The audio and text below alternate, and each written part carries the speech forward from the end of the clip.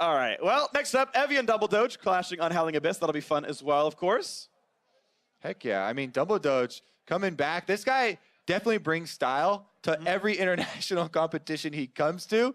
And we'll see if he does bring one of those deals out that we were talking about before, right? They agree on a certain champion, a mirror. That's definitely a possibility here. Talking to him at the party beforehand, he had a lot of ideas as far as trying to bait people in. Okay, we'll see what comes out. I love spicy matchups. The mirrors tend to go pretty interestingly. I want to, again, shout out DFM, Detonation Focus Me, Evie's team. They, again, made the knockout stage of play-ins, which was a big jump in for Japan, right? If NA's happy about top 4, but wow, this hasn't happened in forever. Like, Japan gets to be happy about making it through the group stage because that happens really for them as well. So that was a good rise up for them. He was part of that squad. I think that's really positive. And Detonation Focus Me is kind of a household name here in North America as well because they played on North American solo queue for so long. So we're very used to seeing their tags in solo queue. Yep. And of course, Dumbledoge, part of that Royal Bandits team alongside Broken Blade, notably known for joining TSM next year, but that first place regular season team from Turkey that unfortunately couldn't put together in finals, but we get to see this look. Ghost Poro, I like that actually. I think that is the best option in that slot because it's not like Eyeball Collector does anything. Yeah, I mean, no kills. Runes are all fine and dandy. I like the champions that we've been situated with here, Freak. Akali versus Pyke. These are actually, if you look at high yellow right now, two of the scariest mid laners. Pyke has moved over from support to mid lane terror. Yeah. He scales a bit better now, especially with damage that people have been building, and the mid lane has actually been so annoying for people to deal with. I actually have a decent amount of faith of him going up against something like Akali, which, you know, people are used to banning. Yeah, there you go. I also enjoy, by the way, that there's an assassin-assassin matchup where these players are playing champions in their roles in meta. Dumbledoge support, there's Pyke, there's a collide for the top laner. Yeah, it's actually hype how that all worked out. You get an assassin-assassin match and you're like, yeah, this is legitimate.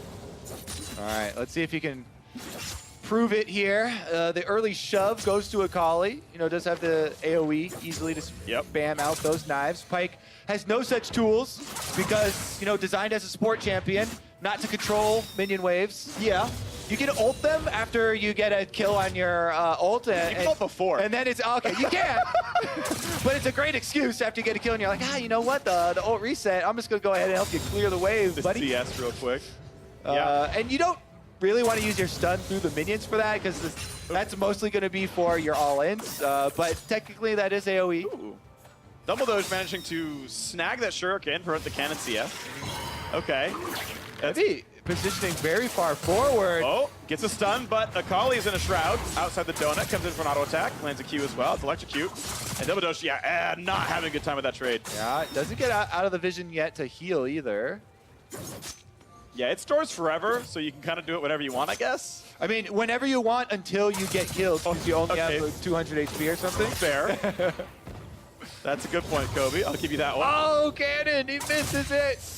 Every AD carry everywhere, crying out. Oh, the cannons! When your support doesn't get the last hit on the cannon. Yeah. I'm glad Pyke goes coin normally, though. It means I don't have to worry about that. I get them all myself. Okay, another big trade. This is going to be some good damage. Good stun towards an Aftershock, but the Doge will need to eventually turn that gray health into real HP. Press W, gets it. Okay. Slip out right now. Yeah. All right, not too bad. Maybe he moves back into the minions. Yeah, big CS lead for the Akali. Good jump away from that stun. Goes right back in for the trade. Yeah, that was both halves of E and an auto attack empowered. Out of energy, though. So Dumbledoge does have control of the minion wave. He's trying to climb back into it, but again, the early CS lead established so decisively once again that for the remainder of the game, it's probably going to be Evie calling the shots and Dumbledoge trying to make those aggressive plays to look for a kill. Yeah, and not only did the CS go really well, the actual sort of harassed it as well. Evie only burned 1 health potion, what he bought with a Doran shield, and Dumbledoge burned through all 3 he bought with that longsword, so definitely a lot more damage was dealt as well. Health really picked up is nice, it keeps the mana pool topped off, but yeah, certainly. Oh, that's actually really big. Okay, no stun though. Yeah, nice little tumble there from Evie to get out of the stun range. But yeah, 32 to 17 in CS. This is not going away from Evie for a while. But level 6 comes in for him first. All in potential. Both of these assassins at level 6 can easily go for 100% to 0. So CS might be a thing in determining how the late game goes, but I think once they both have access to ultimates, they'll be willing to press those buttons. There is one thing I think is positive for Dumbledoge, by the way, which is that almost every damage tool he has that's not an auto attack is skill shot targeted. Yep. So if a colleague goes in the Shroud, like you can just land your skill shots through the Obscurement anyway. Like if she's under turret, she's fully revealed. I think Red Trinket will give you the outline. Yeah. So, the X is a decent AoE too. Yeah. So even if you don't have perfect vision, being able to land it is definitely a possibility, even under Shroud. All right, Shroud does come out. Maybe Dumbledoge. He's pretty low on health and mana, though. I doubt he forces anything. He's got this Relic. That's not too hard to get to. I don't think it's worried about Evie fighting him, but he wants the CS. All right. Wow, he actually gets zoned off the Relic. That's... Yeah, I could have got the Relic and dropped one CS. I think it would have been worth it. Evie could get it an easy E. Oh! No, not quite the pull. Ooh. Yeah. I mean, that was a really risky stop right there. Yeah, that would have forced Evie W pulls it off, though. Yeah, that would have forced W and ult out of the Akali. All right. Well, 47 to 25 is certainly not going to be close in CS. We know that for sure. The ult can also be used to dodge there for Pyke with a little bit of a jump. But, yeah, not much he's going to be able to dodge. He's running out of options. Down to 54 CS here, so still looking at about 10 to 11 minutes for this game to close out on CS. He did get enough money for Hex Drinker. That's big. So that is one of the best all-in items you can purchase here for Howling Abyss, given a limited income.